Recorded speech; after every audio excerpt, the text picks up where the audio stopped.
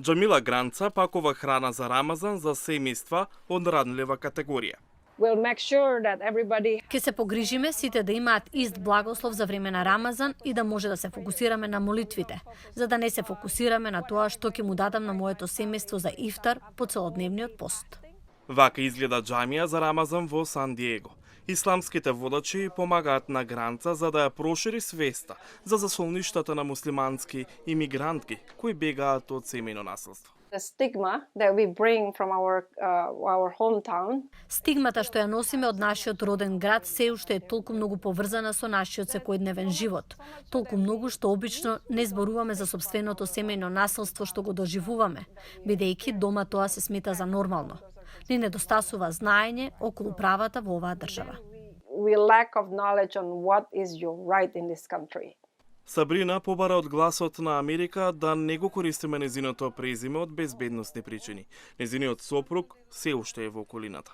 Таа вели дека од Бангладеш дошла во Калифорнија во 2021 година, со виза што ја обезбедил незиниот нов сопруг, кој пак ја добил како аналитичар на податоци. Сабрина вели дека тој го земал пасошот, не ја дозволувал да има мобилен телефон и редовно ја држал заклучена во куќата. Таа вели дека била бремена кога тој ја нападна. He was drunk, very drunk at night. Една вечер беше многу пијан и предпоставувам дека изгуби осет. Искрено не знам како да го оправдам тоа, бидејќи за мене нема правдање за такво нешто. Низ куќата ме удираше, ме удри во стомакот и ги премина границите. Повикав брза помош, а не полиција, но тие дојдоа со полиција и го уапсија.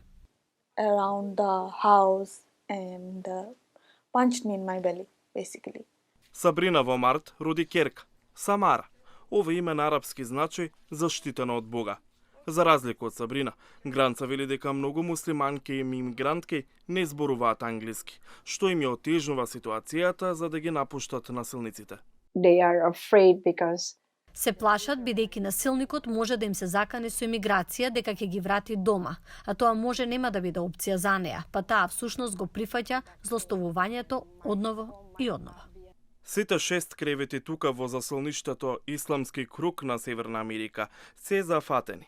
Гранца вели дека целта е да се помогне на злоупотребените имигрантки за да станат самостојни во за нив новата држава.